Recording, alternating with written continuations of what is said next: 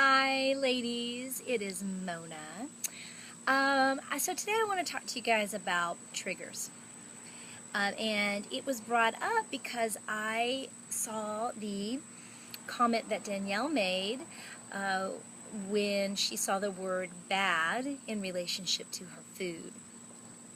And I think that that's a really interesting conversation to have because I think as women, we definitely deal with triggers that cause us to head to the fridge and head to the cupboards and overeat and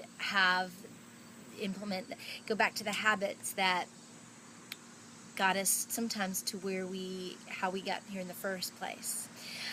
So I think it's important to recognize our own triggers and what triggers us to overeating or eating in response to feelings rather than hunger.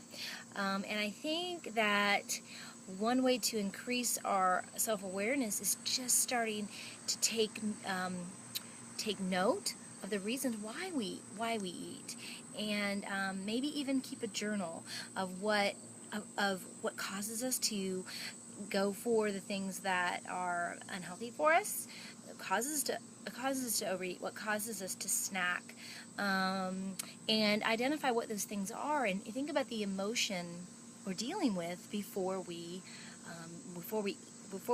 take that bite or get that bag of chips, or when we're in the grocery store, grab the Snickers bar.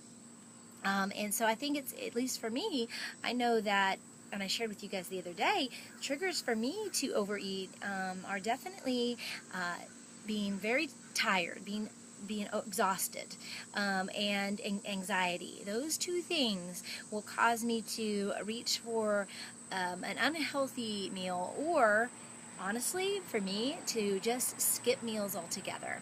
That is something that's easy for me to do, to just not eat sometimes. I've gotten 1,000 times better as I've been on this journey. But yeah, definitely not eating was a big thing for me. So let's talk about what some triggers might be. Stress and anxiety, like I just shared. Whether it's a hard day you had, or you're experiencing something, an upcoming change in your life. Many people use food for comfort and relief from that. It's easier to hide behind something we enjoy than it is to think about the emotion behind it. Sometimes our trigger is loneliness. We try to fill what's empty with our favorite foods, and that's a big one. And that's why I think these groups are so key, because it's easy to feel alone in this process.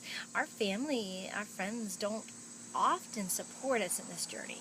They will be the first to say, hey, come on, it's okay to forget about your workout for the weekend, or it's okay to have your cheat meals this next 3 days. Come on, you're struggling with things. Let's go out and have a drink.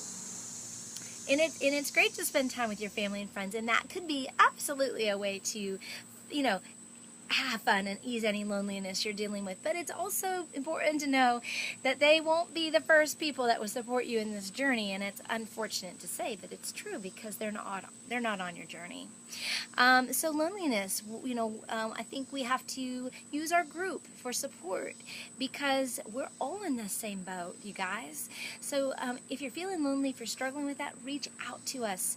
Personally message anyone in this group. We are all on this journey together, you guys. So please reach out. Sometimes anger can make us want to eat, you guys. Or we're frustrated with our own journey, whether we're struggling with this process. That could make us frustrated and angry, whether it's another person in your life or a person that is negative in your life.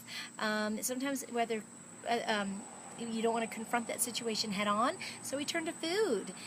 Sadness, depression, those are definitely feelings that can make us overeat, and they comfort us into feeling better. And let me tell you a big one: boredom. Boredom will absolutely cause you to occupy your time with food and pass those hours by eating. So it's important to have a hobby or something you're doing. Your workout will not cause you to be bored. But guys, it is so true to have a hobby. If you're feeling bored and you want to just reach for that ice cream or reach for that I go to bag of chips because it's kind of my thing. I like the salty things. Or the, cereal bowl. Take something up. Go for a walk. Go see, call a friend and go walk around the park or the arboretum or wherever. But remember that these emotions often do trigger our unhealthy behavior, and we just have to learn how to better deal with them. And when you feel like that emotion's rising, write it down. Take your journal out. Jot down what you're feeling. And honestly, that will sometimes help you to make that healthy decision. That you know you're dealing with the anger, the frustration, the boredom, the sadness, whatever it is, you can write that down and then feel better about what your choice is because you know that it's a trigger. Okay? So make a list of the healthy activities that you're most likely to do on a post-it note. Put it up on your refrigerator. Check into the group. Think of things that you can do when you're feeling those triggers, and go through your weekend with the confidence that you can rock this. You are stronger than your emotions. Sometimes it's a fleeting thing, but it doesn't take 5 seconds to grab that bag of chips and start going. So definitely think about your triggers, your emotional triggers, as you are going through this weekend, and reach out to the group and let us help you, okay? Phone a friend that will support you.